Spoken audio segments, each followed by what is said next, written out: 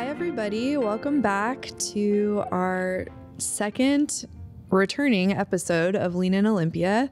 My name is Meg Martin. I'm the Director of Integrative Services for Interfaith Works and one of your co-hosts of Lean in Olympia.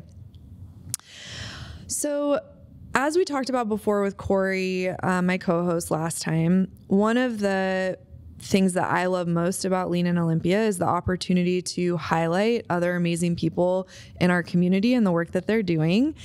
And today I have a special guest who I've worked with now for a long time, very long time, probably over 10 years at this point.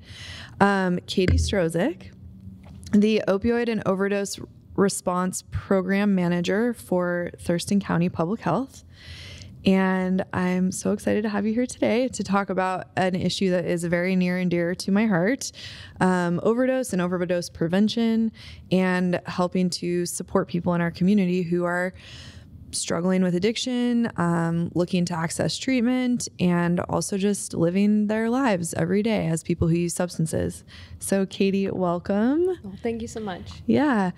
Can we start just with you telling us a little bit about your office and your position? I think there's probably still a lot of people in the community who might not be aware of the work that you're doing every day. Yeah, definitely. So my position is housed at Thurston County Public Health and Social Services, and we've been really lucky to be able to expand our work in opioid and overdose response over the last few years too. So when I started 5.5 years ago now, it was really just me in the position looking at opioid and overdose response. We've been able to develop a whole program since then now. So we have multiple staff members working on everything from primary prevention to specialized pregnant and parenting work. We also have an entire drug user health program at the county that operates a syringe services program, hepatitis C and HIV screening, case management, things like that. So we've been able to develop our scope and expand and really try to meet the need of our community more as we've been able to bring more folks on board. We're also in charge of moving forward the opioid response plan for Thurston County. So our team does a ton of strategic planning, program planning, finding grant funding, doing overdose education, things like that. Is that opioid response plan, is that like something that every community has, or is that a thing that is kind of unique to Thurston County? It would be great if every community had it. We are looked at often at the state for being highlighted as one of the communities who does have one and who has a robust one as well.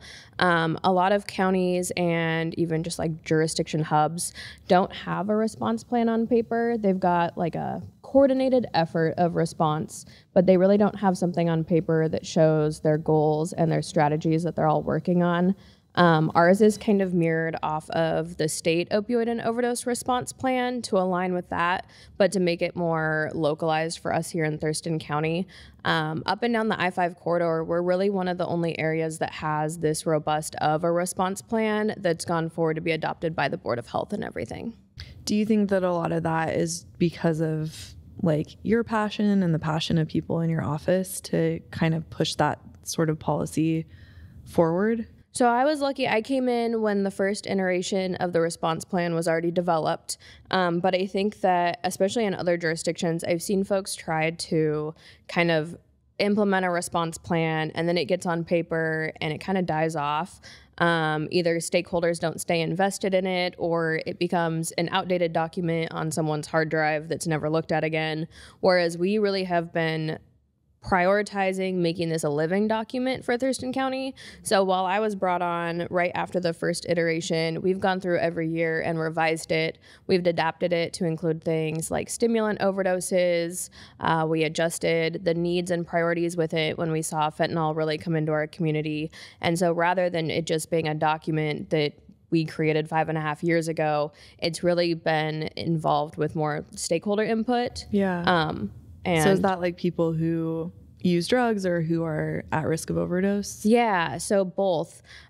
We've got like our stakeholders who participate in the task force who are involved in it, elected officials, the normal folks at the table. But then we've really also prioritized looking at how the individuals in our community who are using drugs can play into our response plan as well. So looking at a lot of our overdose strategies and our treatment strategies and pulling from our drug user health surveys that we do at our Certain Services program, and then also looking through our current revision process that we're doing for 2025, seeing how we can involve folks with both lived and current living experience who are using drugs as well. Oh, that's awesome. I'm so interested about like some of the specific strategies in the plan, but I'm wondering if we could just back up a little bit, and can you just speak to sort of generally what's happening right now in our community with fentanyl, with opioids, with stimulants? Like how is it impacting our community currently, and what are some of the highlights that you're seeing?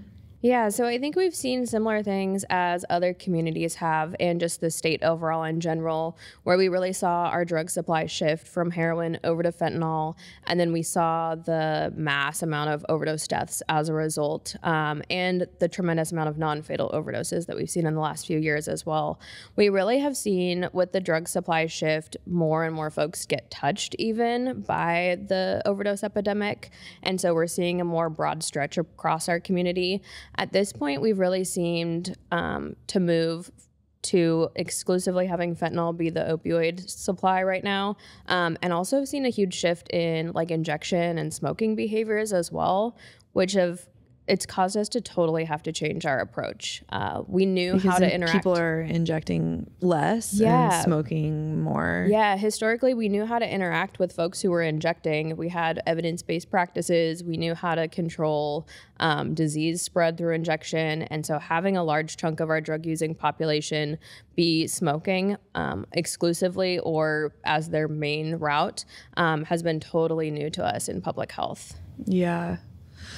So are overdose deaths in our community still on the rise? Are we kind of still seeing like this like up of fentanyl, or where are things at with those trends right now? Yeah, so our numbers are still preliminary. It can take months to sometimes a year for our numbers to be finalized. But it looks like we're going to start to see a decrease pretty soon. We at least over the last year have kind of seen a leveling off happen, where we're not seeing that huge 2 to 3 time jump in overdose deaths anymore. The one thing that we do continue to see, though, is non-fatal overdoses. So just because we're not seeing those overdose numbers skyrocket, we do still see a ton of overdoses in our community. Yeah. How does stimulants and stimulant use like methamphetamine or cocaine or other stimulants, like how does that interact with fentanyl or with the overdose crisis in general? Yeah, I think that one of the things that we see that's not often talked about is just the number of folks who are overdosing on stimulants. So who are using too much meth and having a meth-related overdose as a result. I think there's really this misconception that you can't overdose on stimulants because it looks different. With opioids and with fentanyl, we see folks use and then overdose, and it's kind of like, you see this, and then this happens, and here's how you respond. And there just isn't that. So we see folks who use too much meth, and then they go to the emergency room because their heart was doing something weird, or they had a stroke, and that still counts as a stimulant overdose. And it's just not really captured the same way that we capture opioid overdoses. So not a lot of conversations about that, even though it is becoming increasingly more prevalent, both locally and at the state level, to see stimulant overdoses. Yeah. Like with opioid overdose, it's like respiratory depression, which can then lead to cardiac arrest, which then can lead to death. And so then it's very like, you can see it. And so I feel like there's also a lot of probably community education around stimulant use and what it does and what overdose looks like, that again, to your point of the like injecting versus smoking, public health, like I could just see that would be a real shift in the way that we're messaging or that we're educating or even building community awareness around the issue. Yeah, it's hard to talk about stimulant overdoses too, because with opioid overdoses, like there's a tool. You give folks naloxone and you teach them how to use it. And then as a bystander, you know what to do. With stimulant overdoses, there isn't that like magic answer. Like when someone injects too much meth, they need emergency medical attention. They need to go to a hospital. They need other interventions that just bystanders can't provide. So it gets a little bit more complicated. And I think that as we start to talk about it, folks kind of feel lost because it's hard to identify because someone isn't just unresponsive, and there's not necessarily something that they can do besides calling 911. Yeah, totally.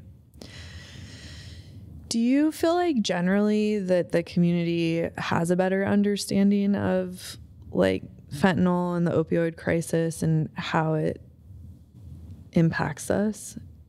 Or do you think there's still a lot of misconception and misunderstanding out there? I mean, most days I would say yes, that things have gotten better. And then I see stuff on Reddit or on social media, and it feels like we went back like 15 years. Yeah, totally. I think we've gotten a lot better, especially in Thurston County, about kind of like fact-based information. As far as like, you're not gonna overdose on fentanyl by touching it. I think we've come a long way with that.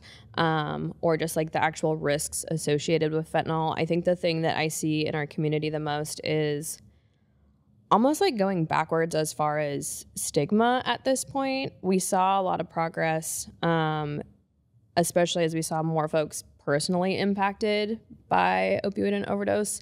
But I would say within the last year, we've seen just the amount of stigma in our community really increase. And it's really hard to teach people to care about other people. I don't know if during COVID, people got kind of like burnt out on empathy, or people just start to become desensitized to things in their community. But I think as far as like fact-based information, we're doing great, but it's the caring about our community that we're struggling with. Yeah, I feel like we are seeing that too, and the overlap with homeless services and the like compassion fatigue, I think, that people are hitting is rough. Yeah, totally.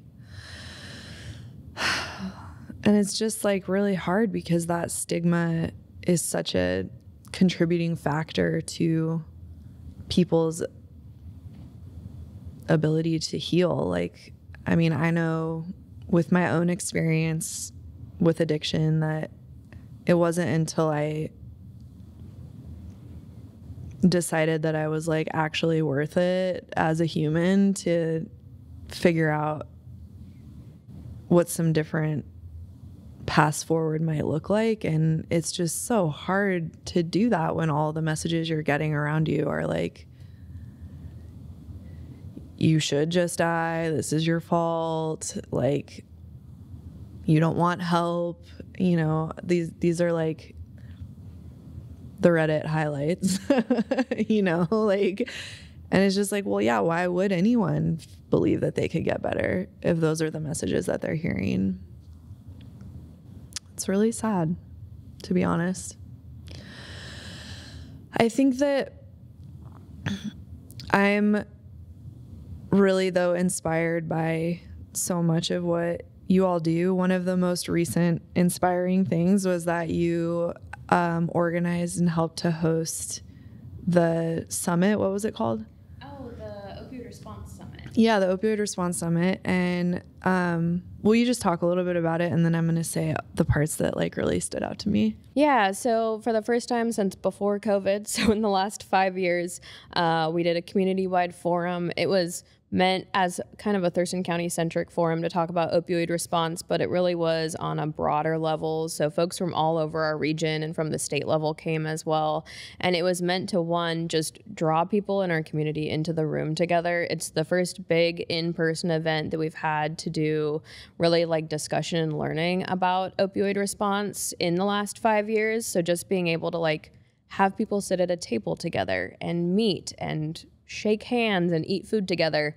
But then also we brought in Dr. Caleb Bantagreen from University of Washington to share kind of some state level information about evidence-based practices for opioid use disorder treatment, share some data that's been going on at the state, and then do breakout sessions, including stuff about youth, medications for opioid use disorder, syringe services program survey. And then we also had a great lived experience panel, because it was really important that if we're going to be talking about opioid use, to really center folks with that lived experience. And so really just had a full day with members from our community, including our extended regional community, all together to kind of see what trends are and where we can go from there. Did you get good feedback from the folks that were there? Yeah, definitely. Yeah. So we've had a bunch of comments about the forum over the last week or so that have all been great. And we also have been using it to inform our plan revision for the 2025 Thurston County Opioid Response Plan. And there's been a ton of feedback through that process as well. And it's really great to be able to see folks really have buy-in to the strategies that we're doing, especially folks who may not have been aware before that we even had a response plan, or were aware that we were doing any tangible work, basically. Yeah. I feel like one of the things that there were like two major things that really stood out to me about Caleb's talk. And one of them was around this sort of like the sensationalization of fentanyl that happens, and how he said fentanyl is a drug that most people in this room, and it was like, 100 whatever people, have had. And if any of us have had minor surgeries or major surgeries, it's most likely that we've been given fentanyl in the hospital for that. And I've been doing this work for so long, like I know that logically, but just the way that he presented that, I was like, wow, what an effective community message. But it's the difference between the fentanyl that we've been given in the hospital is that it's regulated, it's prescribed by a doctor, it's given in a measured dose, and that because of the war on drugs, because of illegal drug supply, people don't have that option that are using it illicitly. And that's why the overdose crisis is so concerning. And so it just seemed like such a common sense way of bringing forward this sometimes controversial idea of safe supply. And I'm wondering if you could speak a little bit to the concept of safe supply and what that has looked like. Yeah, so there's no tangible example to give locally or in the state, but essentially anything with safe supply, going back to letting folks know what they're using and choose what they're using. I think that really the demonizing we see of certain substances just makes it so hard to get fact-based information into the community. So when we see other communities outside of the United States that have piloted things like safe supply, where folks who are going to use drugs have regulated access, where they know what they're taking, where they know what's in it, where they know the dose that they're going to be using, the overdose rates are so much lower than what we have. I think that there is such a misconception that folks just want to use anything, in that what we've seen when fentanyl was coming in is that folks didn't want to use fentanyl. They wanted to use heroin and wanted to avoid fentanyl. And then as the drug supply shifted, and I know that we see any new substance kind of demonized as well in the media. So things like xylazine or tranq, we see that next. And then folks not wanting to be exposed to certain things and wanting to use in a safe manner, wanting to know what they're using and really have that autonomy. I think one thing that Washington State has been great about is, while we have no movement basically towards safe supply, we've done a lot more work towards robust drug checking, so that at least with an unstable and unregulated drug supply, folks can have a little bit more knowledge. So University of Washington has done kind of like real-time on-site drug checking at a few sites in the state, where folks can bring their drugs in, they can get the substance tested, and then it goes also out to a lab. So it does two things. It gives public health and University of Washington more information about what we're actually seeing, seeing. So we're not basing stuff off of like 6-month-old drug seizure results. But it also lets folks have a more informed opinion too about what they're using. Because historically, the way that drug trends or what was in the supply locally would happen is that it would be tested based on drug seizures from police, correct? Yeah, so the only way we could really get info is if it was seized by law enforcement and then down the line we find out, or we see a bunch of deaths and then we get toxicology results and see what's similar. But there really hasn't been that real-time data before. What does that like actual process look like? Like people bring their drugs in and there's like a machine that they get put in and then it tells you exactly what's in it? Yeah, and literally that simple. Yeah. So we don't have one in Thurston County, but it is as simple as someone brings something in, a really small amount of the substance is tested. So it's not testing like large quantities. It can almost test residue at that point. And then it tells you the top certain substances that are in the drug, and then that same sample can go out to a lab to be confirmed as well. So it's able to be essentially real-time results from the machine to both the technician who's running it at whatever program has the machine, as well as the person who's actually bringing the sample in. Yeah. What benefits do you see from doing drug checking like that? I mean, I would imagine obviously it would help people understand how much to use or not use, or maybe change their game plan if they hadn't known what was in it, but I'm wondering what benefits you've seen from it. Yeah, I mean, one of the biggest things is it just helps surveillance at a baseline, even if like the public doesn't want to talk about people using drugs or what's in the drug supply, it's really good for public health surveillance to be able to know what we're seeing, and to be able to see that when we start seeing certain things in our community, what we can tie it to. So are we seeing more folks sedated than normal? Maybe it's this. Are we seeing folks say that they're getting weird results when they're using drugs? Maybe it can be tied to this.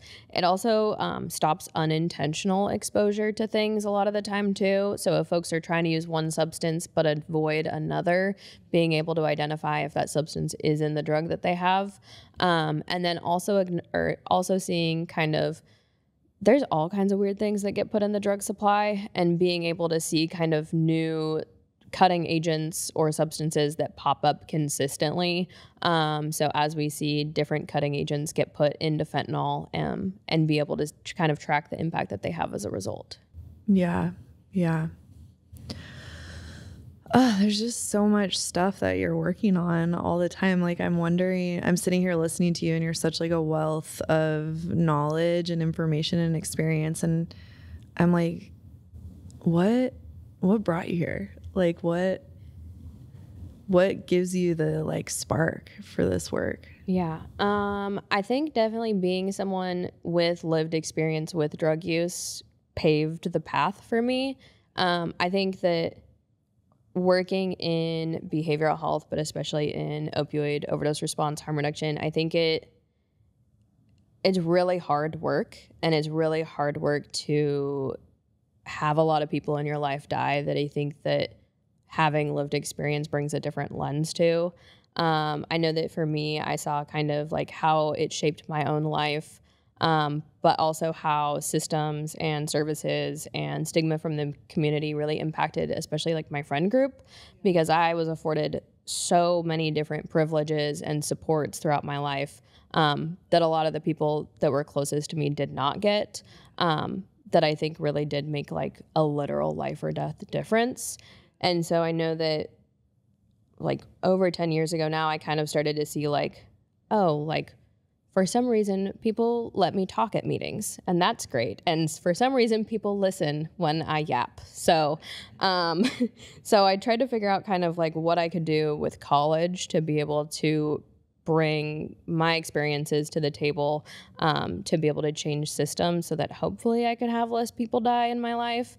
I know it really sucked to see like how people in my life got treated. And so any way that I could have made it easier to access treatment, or not had to go to one of my friends' funerals, or afforded them some privilege that I got, it seemed like a good way to spend a master's degree. So that led you to a public health master's? Yeah. Cool. Where'd you get that at? University of Washington. Nice. Yeah. Yeah. Okay, when you were talking and just like about friends dying and all that, and I've experienced all that a lot as well. And another amazing community event that you put on every year is the Overdose Awareness Day that happens at the end of August. It's always the 31st. Yeah. But sometimes the event's on the Friday or whatever, the closest to the 31st it is. And Interfaith Works always has a table there, and then we also have a memorial table the last few years that we've done.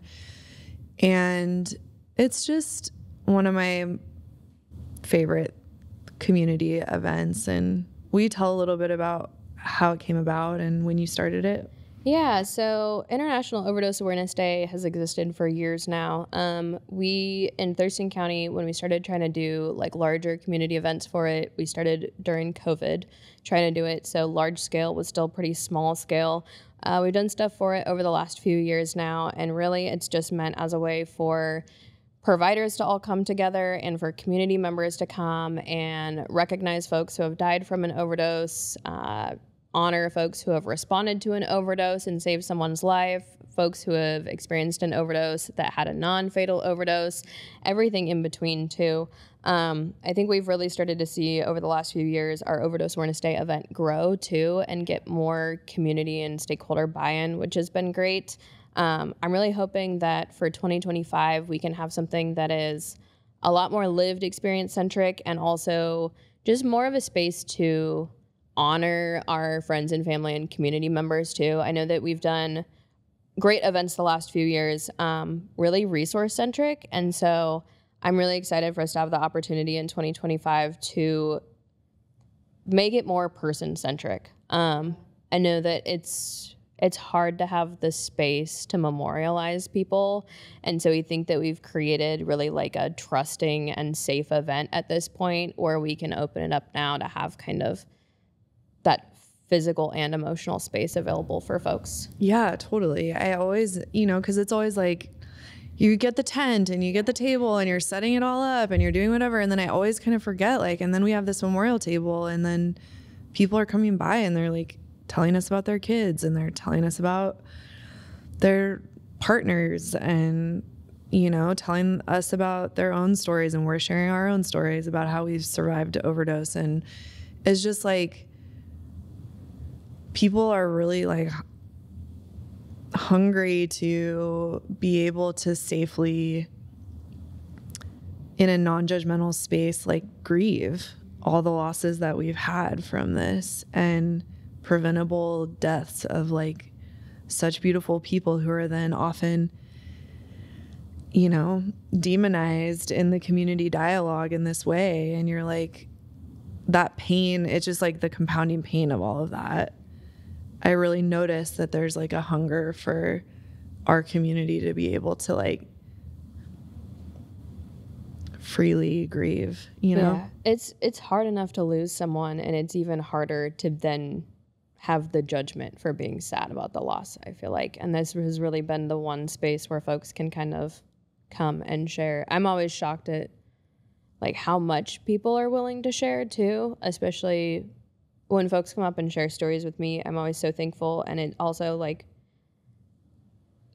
it's such a big thing to share with someone who might be a stranger. So to have that day where you have community, where people are trusted to be able to share that with, I think is a huge component. Because I know there have been a couple times in my life where I've had friends pass away from an overdose, and it felt like the compassion or empathy that was given to me by people for my grieving was not the same as when other people in my life had died. Like it was a different response. Like I was supposed to be less sad at that point over those individuals than others. And so I think having a whole built-in day where we're able to have that relationship as a community and support where you're not going to be met with stigma is just so important to being able to grieve. Yeah, totally. Yeah, like that. I feel like that's such like kind of the heart of the stigma almost is the like, well, they asked for it. You know, it's like, well, what do you expect is going to happen? And it's just like, wow, how did we get there? Yeah. Okay. The other thing that Caleb was talking about that I thought was really, I know this is like your everyday and it's our everyday too in a lot of ways, but it just felt like such a fresh reminder or something of all these things that I know to be true, but hearing it again and having it be backed up with the data that he provided, that medication-assisted treatment is by and far the most effective treatment for people experiencing opioid substance use disorder, which was another interesting distinction that he made. It's the disorder that is the symptom that should be treated, right? Like, and he said that the way that we look at addiction in the United States is from sort of this medical model, which is better than the moral model that we had before, which was just like, you're a bad person if you do this. The medical model is like, well, you're maybe not a bad person, you're just a sick person, right? Which is also, I believe, problematic. But what's so interesting is that that's like adopted, right? Okay, it's this disease that's progressive and it's lifelong and it's a chronic illness. Sure, but it's the only chronic illness in which the treatment, the medication, is often removed if the symptoms are presenting. So if somebody is using other substances, or if somebody has a relapse or whatever and has a UA that might not be clear of those drugs, then they'll get their medication often taken away. And locally, we don't do that as much, right? Yeah. But it does still happen, like with methadone treatment and with other types. Yeah, it's definitely gotten a lot better, especially locally in Thurston County. I know that like 5 years back, it was a battle to even have folks kind of initiated on Suboxone if they were using other substances. Like, I remember talking to providers 5 years ago that would not continue someone on Suboxone that had started if someone was smoking weed at the same time. Like, they were like, they can't use both. Yeah. And you're going to discontinue someone who's trying to like stop heroin or fentanyl use because they're still smoking weed while they take their Suboxone. Like, that's the battle that we're going to fight here. And if you extrapolate that to like diabetes, or something where it's like, okay, so you're going to remove the insulin if somebody has too much carbs for one meal, right? Like, it doesn't match up. Yeah, I think the stigma that's gone along with medications for opioid use disorder too, I know that it's something that we haven't seen some mental health medication I feel like has been stigmatized in the past, but I've never seen a medication stigmatized the way that medications for opioid use disorder are. And I think that a lot of that has like lent to wanting folks to cease treatment or making it easier to cease their treatment on them is just the stigma that goes along with it, as far as like trading one substance for another. So then if you're still using drugs, how does that play into it? And then like the abstinence only model being pushed. I think that the one benefit of kind of like the medicine model that's been pushed is we have now the evidence to show how much medications for opioid use disorder decrease overdose risk and increase the likelihood that someone will just survive in the next 6 months to a year. So I've seen it. Folks are more encouraging now to get on medications for opioid use disorder and keep folks on it long term, and to not just have this like, oh, one strike, you're off the program now. Yeah, the importance of people feeling like they can come back to treatment is like, and come back for medication was really, really highlighted. Yeah, we've had a tremendous amount of like provider growth too locally, whereas before there were just limited providers to even access treatment. And so if there's 2 providers and you get banned from 2 providers, there's not really another option. Whereas now we've had kind of like more provider choice. We've got more low barrier providers. And And so we just have a lot more, like, there's more continuum of care for folks to access in our community to find what fits for them. Will you speak to some of those generally? I know you don't have to like list every resource for treatment that's available, but what are some of the main places that people can go if they're trying to access medication-assisted treatment? Yeah, so in the interest of not picking a favorite provider, the easiest way for folks to find treatment is through the Recovery Helpline. It's a Washington State-centric provider resource. The best thing to do, honestly, they have an online tool. There's a map. You enter your zip code. You can toggle other things like age, insurance, things like that, and it'll show you an interactive map of the places where you can get medications for opioid use disorder, so buprenorphine, methadone, naltrexone, all the things. On there, it'll show you where you can get access, who takes walk-ins, how to access it, and they keep it updated. They cold call the providers, which no one ever does. So when you log in and you look at the map, it's actually accurate. It's not like they talked to a provider 4 years ago who doesn't prescribe anymore. So that's really like the great one-stop shop for starting for where to look. They also have a toll-free hotline. It's a hotline. It's good if you want to talk to a human. Yeah. Do you know much about the Generations Healing Center that's being built By the Nisqually tribe? A little bit, not a ton. I know it's been in construction for a long time. I'm super excited. So both Chehalis tribe and Nisqually tribe have both come up with these massive brick and mortar treatment locations in our community that are open to not just tribal members, which is just a huge asset for our community. That one isn't open yet. It looks almost ready-ish. Yeah. Corey, my co-host of the show and colleague, and I got to hear from the Nisqually board about it, and it just sounds amazing. They're going to be doing Suboxone, methadone, and Vivitrol, I believe, from there. And yeah, just like you said, it's open to all people, although it is focused on native healing and all of that. But it's really close to Sergio's, and so I'm excited that we're gonna kind of be able to work together on that. And yeah, I know they've been under construction for the last few years, and we've been like really anticipating it open. The new the Hope and Healing Clinic that Chehalis tribe opened to in Tumwater, that one is new as of this year, and that one is also just beautiful, and the services there are super great. Oh, that's really cool.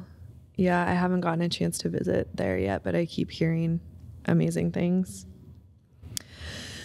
Well, what do you wish the community knew more of, or like if you could,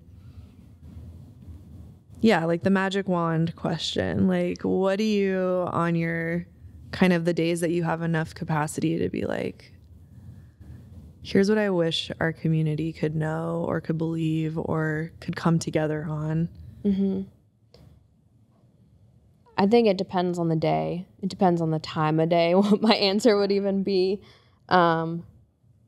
I think it also depends on, I think the magic wand question kind of depends on if the magic wand comes with a magic wallet attached to it for what could be done. Like, are we just changing perception, or are we building crazy programs? I think the biggest thing though is like, if I had a magic wand, I would make it so that I don't have to teach people to care about people anymore. So I mean, I think a lot goes into that, but I mean, the magic wand would build like a compassionate community who cares about everyone, who wants the best social and health outcomes for everybody, who treats everyone like a human being, who deserves respect, and also just like acknowledges that drug use is part of our society and that people still deserve autonomy over their body and their lives and their choices, and that it's not like this crazy moral failing. It's really hard to like digest that I have to teach adults to care about other adults, like, and to just treat people with respect. I know that we've done a lot more youth focused work recently. Youth are so compassionate to other youth who are using drugs. Like, they're so accepting, they're so fact-based right off the bat, and somehow between like like 14-year-olds I talk to and the adults, like something gets lost and there's so much stigma and judgment that comes in. So I think the magic wand would be like literally just like basic respect and empathy. If the magic wand came with a wallet, I think it would be to build out the tools for folks to be able to actually be empowered to make the choices that they want about their drug use. I know that with our student services survey, overwhelming majority of our folks said that if they had stable housing, that they would either reduce or entirely cease their drug use. And so I think that folks should have the choice to be able to use what they want to use when they want to use it. But if that use is based out of survival, that's not really a fair situation that we're putting folks in. And so making sure that we build out capacity to have everyone's needs met so that they're able to make more informed decisions. Yeah. Again, back to affordable housing. Yes. And the importance of affordable housing. And I think that I talk a lot about how I feel like our community gets distracted a lot in the affordable housing conversation because of things like stigma associated with drug use or with unmanaged mental illness, where it's like the focus gets put on those things and taken away from this root that people need to have their basic needs met in order to be healthy, sane, stable.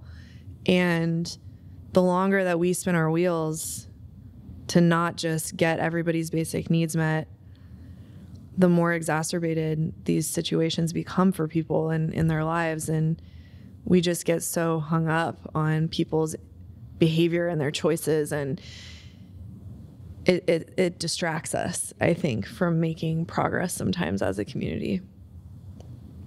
Yeah, I think that, I mean, at least in Thurston County too, just like the community focus on what is visible right then in that moment too has led to just this like whack-a-mole priority situation we've seen.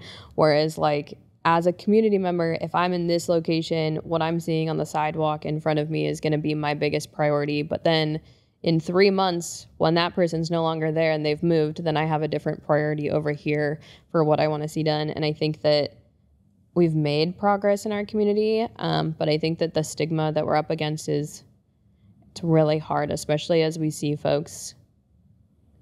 Like when I think that there's a disconnect with the public where when we talk about like housing first and putting people in housing, people think that putting someone in a house means that any behavioral health symptom or impact of trauma automatically goes away. Like the house is the magic wand, right, and there's no symptom that happens after that.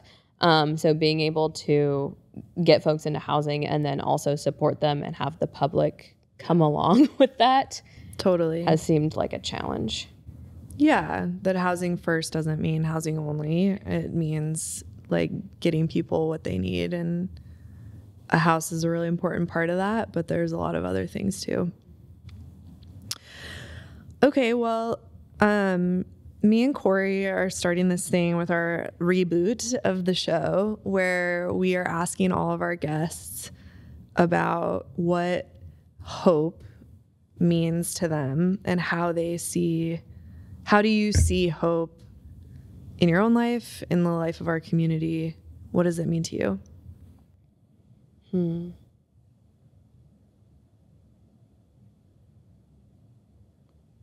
That's hard.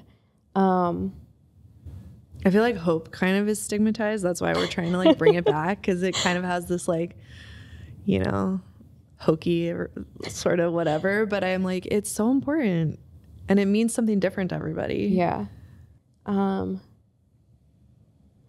I mean, for me, hope has looked like seeing the actual tangible impact of the conversations that we have. So being able to see folks who are like doing direct service now or doing program development or part of the opioid task force and stuff like that, who, when I started this work before, they were participants accessing programs that we were developing. And so seeing this the hope comes from the continuum of like seeing folks in the population that we're trying to serve really go across the continuum and then find such value in the services that were provided to be able to come back and be a part of them themselves on the other side. And so seeing folks, you know, go and access a Suboxone program who then turn around and become peers in the community, or folks who were accessing our syringe services program who now are part of like program development at different tables and things like that. And so seeing folks be empowered to kind of play different roles in the community as they progress. Yeah, and like find their voice and step into their power, and that's super hopeful. That's awesome. Well, is there anything that you'd like to add before we sign off? I don't think so. I think, you know, any conversation is great to be able to have about opioid and overdose response. I think that with one of the main themes that we talked about kind of being stigma is that the more we talk about it, I think the more that stigma is kind of decreased in our community because we're willing to have those open and transparent conversations with each other. Totally. Yeah. Well, Katie, thank you so much for your time. You're very busy and you're going on vacation tomorrow. And so I really appreciate you doing this at the end of your last day. Lean in Olympia is a monthly show now, but you can find us on YouTube and on the Spotify for Interfaith Works. Always shout out to Sky Bear Media. Thank you so much for producing our show. And if people want to get involved with opioid response in our community, what's the best way for them to go about that? Yeah, so there is a Thurston County Opioid Response Task Force webpage. It does not have a short URL that's easy to access, but if you like Google Thurston County Opioid Response, it comes up. There's information on there on how to join our work groups, how to join the task force, and how to get in contact for more information. Very cool. Thanks so much, Katie. Thank you. All right. See you next time, everybody.